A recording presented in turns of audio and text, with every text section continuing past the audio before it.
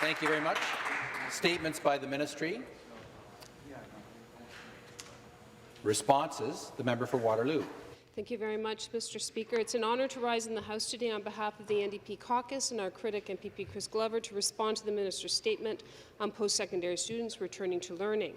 Before I begin, I do want to thank USA and Wilfrid Laurier Student Union, WUSA and Conestoga Students Incorporated for graciously sharing student voices with me.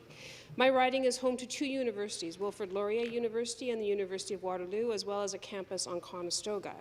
The member from Kitchener Centre, MPP Lindo, and I work very closely, and she was the Director of Diversity at Wilfrid Laurier, and she was challenging the status quo then, and she continues to do so each and every day, and I learn from her, and it is a privilege to serve the good people of Kitchener-Waterloo together. I also want to acknowledge the work that our critic, Chris Glover from Spadina-Fort York, has done, particularly on outreach during this challenging time and on equity. My team in Waterloo has heard from students, and I want to bring their voices to the legislature today. Despite what the minister has said, students feel overwhelmed and anxious due to the challenges stemming from COVID-19 pandemic and have had to make some very difficult choices about their futures. In fact, many have had to alter those plans primarily because of finances. And that's what students told us. The students in the province of Ontario, their #1 concern is affordability of education. Tuition costs continue to rise while the government has cut OSAP in the past, and the effects of the pandemic have hindered students' ability to obtain summer employment. In fact, locally, Laurier and University of Waterloo conducted a student survey. 65% of survey respondents indicated that they had lost their summer job or were unable to find a job due to the impacts of COVID-19. Students rely on these jobs to fund their school years. Without a job, 54% of students reported that they would struggle to pay their rent. And that leads me to the issue of housing. In a normal year in Waterloo, I'm sure, and across the province, students struggle to find suitable and affordable housing. For years, my office has dealt with landlords taking advantage of students, often acting illegally to try and make a few extra bucks. I've brought this issue to the floor of the legislature in the past.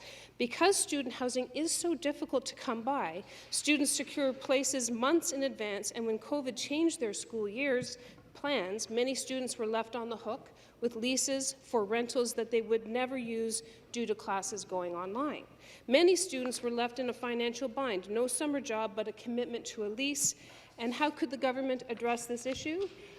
They could have froze residential rent increases, they could have upgraded the OSAP payments, and they could have opened a special stream of the Landlord and Tenant Board to deal with student concerns. Rent and post-secondary education are both provincial files. The provincial government should have been there to support students through this challenging time.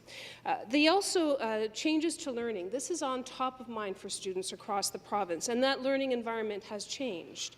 The local university did a survey of 350 students who did not have access to broadband and online services. Students at Conestoga also have concerns about the accessibility of online resources. Every year we have mayors from each municipality in the region come to the legislature and talk to us about the importance of broadband. This is a long-standing issue. This is the time to invest to make sure that every student in this province has access to this new learning environment, and that includes online. Both my children attend Conestoga College. One is apprenticing as an electrician. Apprentices have severe concerns about the hands-on component of that classroom learning environment, and we need those apprentices to graduate so that we can get them into the workforce and build Ontario up. Finally, fourth, mental health. Now more than ever, students require timely, accessible, and affordable mental health supports. Conestoga students are recommending that to ensure, and this is a quote, to ensure students have the necessary support and resources, post-secondary institutions should be mandated to supply a sufficient level of mental health supports and resources. We fully support this, and we do feel that this is an area where the government could stand up. And finally, I want to say, all of us I know are very concerned about the outbreak at Western University. And after weeks of low daily case counts, the London Area Health Unit reported 9 cases. Students are being monitored by the health unit and are isolated and in good health right now, but the issue is testing on campus. We have to make sure that these assessment centres are not overwhelmed, and Chris Mackey, the Medical Officer of Health, has essentially put out a call out for greater testing resources. Let's keep everybody safe on our campus, but let's make sure that we need students to have equitable access to education in order for this province to be all that it can be. Thank you very much.